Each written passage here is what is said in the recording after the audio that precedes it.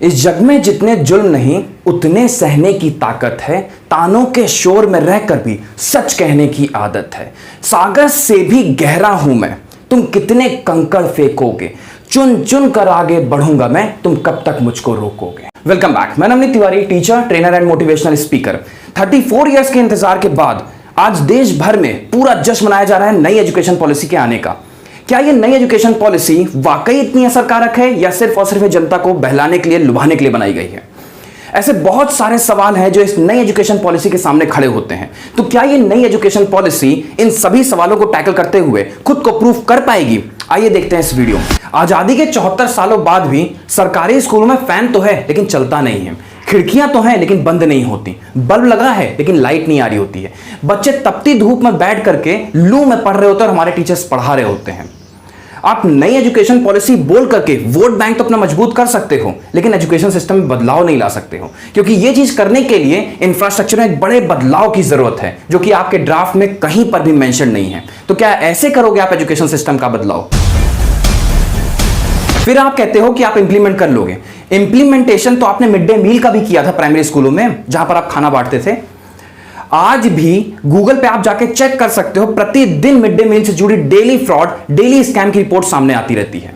तो मैं क्या गारंटी मानूं कि एजुकेशन सिस्टम में जो बदलाव किया गया है उसके इंप्लीमेंटेशन में कोई भी स्कैम, कोई भी फ्रॉड नहीं होगा। देश के 3 बड़े science institutes, Indian academy of science, national academy of science और इंडियन नेशनल साइंस एकेडमी, तीनों की रिपोर्ट के मुताबिक एजुकेशन पॉलिसी के जो रिफॉर्म हुआ है उसमें 3 मेजर सेक्टर्स पे काम नहीं किया गया है। Number 1 infrastructure, number 2 poorly trained teachers और नंबर 3 आउटडेटेड सिलेबस। आप एजुकेशन सिस्टम में कितना भी बड़ा बदलाव ले आओ, जब तक आप सिलेबस में बदलाव नहीं लाओगे तब तक कुछ भी नहीं होने वाला। जब बच्चे अकबर और बाबर के बारे में ही पढ़ रहे होंगे तो क्या फायदा होगा नए एजुकेशन सिस्टम को लाने का? और जब जनता सरकार से सवाल करती है और सरकार के पास कोई जवाब नहीं होता है तो सरकार भेज देती है मीडिया वालों को टीचर्स को एक्सपोज करने के लिए। और बड़े ब्रांड के न्यूज चैनल्स टीचर्स के पास स्कूल में घुस जाते हैं और आपको जनता देख रही है बोल करके उनसे अम्ब्रेला की स्पेलिंग पूछने लगते हैं, उनसे 18 का पहाड़ा पूछने लगते हैं, उनसे राष्ट्रपति का नाम पूछने लगते हैं। सर वो टीचर्स हैं, एक्टर्स नहीं है जो डेली कैमरा को फेस करते हो। आप पहले जब उनको इतना डरा दोगे, उनको पहले इतना प्रेशराइज कर दोगे तो राष्ट्रपति क्या, आप उनसे उनका भी नाम पूछोगे ना तो वो भी नहीं बता पाएंगे। इंग्लिश को लैंग्वेज से हटा करके सब्जेक्ट के तौर पर रखा गया है, यानी अब इंग्लिश को एज ए सब्जेक्ट ही ट्रीट किया जाएगा। हर सब्जेक्ट को इंग्लिश में पढ़ने की जरूरत नहीं है। अच्छी बात है। तो क्या गवर्नमेंट ये मेक श्योर करती है कि प्राइवेट स्कूल्स या फिर कॉन्वेंट स्कूल्स में इंग्लिश को एज ए सब्जेक्ट ही ट्रीट किया जाएगा? क्या उनके स्कूल में जो बच्चे हैं, जो उनके टीचर्स हैं, उनको इंग्लिश के लिए प्रेशराइज नहीं किया जाएगा? और जो प्राइवेट कंपनीज हैं वो अपने इंटरव्यू में रीजनल लैंग्वेज को प्रेफर करेंगी? पूरे देश में टीचर्स की इतनी कमी है कि पूरे प्राइमरी स्कूल को चलाने के लिए एक टीचर की ड्यूटी लगती है। और जो एग्जाम्स होते भी हैं टीचर्स की भर्ती के लिए, उन एग्जाम्स की पहले डेट आती है, फिर एग्जाम्स होते हैं, फिर बच्चे एग्जाम देने जाते हैं, फिर कॉपीज चेक होती हैं, फिर उसके बाद मामला सुप्रीम कोर्ट जाता है और वहां से एग्जाम्स को रद्द कर दिया जाता है। तो क्या ऐसे आप करोगे देश का विकास?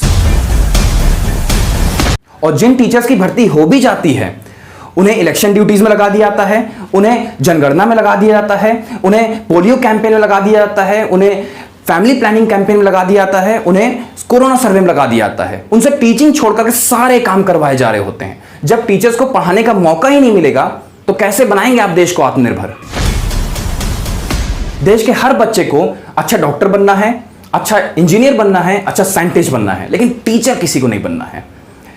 ना ही किसी को इन टीचर्स के लिए आवाज उठाना है, ना ही इनके बारे में सोचना है। जब अच्छे टीचर्स ही नहीं बनेंगे तो कहां से ये सब बन पाएंगे? अगर आप मेरे से पूछते हो कि सुझाव क्या है, क्योंकि समस्या तो सब बता रहे, प्रॉब्लम तो सब शेयर कर रहे हैं, सुझाव क्या है, तो वाकई अगर आप एजुकेशन सिस्टम में बदलाव लाना चाहते हो तो ये 3 काम करना तो मस्ट है। नंबर 1, जितने भी मिनिस्टर्स हैं, जितने भी गवर्नमेंट ऑफिशियल्स हैं, उन सभी के बच्चों को सरकारी स्कूल में पढ़ाने के लिए कंपलसरी कर दिया जाए।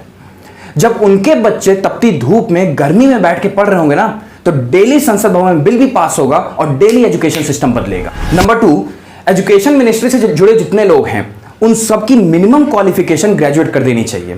और ध्यान रखना चाहिए गवर्नमेंट को यह भी कि वो डिग्रियां जेन्युइन हो, खरीदी हुई ना हो। ऊपर के दोनों पॉइंट आपके हाथ में नहीं है। आपके हाथ में कुछ है तो वो है आपका फोन। इस फोन के जरिए इस वीडियो को ज्यादा से ज्यादा लोगों तक शेयर करें।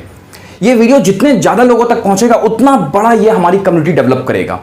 इस चैनल को भी साथ में सब्सक्राइब करो, अपने दोस्तों से भी सब्सक्राइब करवाइए, क्योंकि ये वीडियो मैं इसी प्रकार के बहुत सारे वीडियोस अपने टीचर्स के लिए, अपने स्कूल के प्रिंसिपल्स के लिए, अपने डायरेक्टर्स के लिए बनाता हूं। ये कम्युनिटी जितनी बड़ी होगी उतनी जल्दी हमारी आवाज सरकार तक पहुंचेगी और उतनी जल्दी हमारी आवाज को सुना भी जाएगा।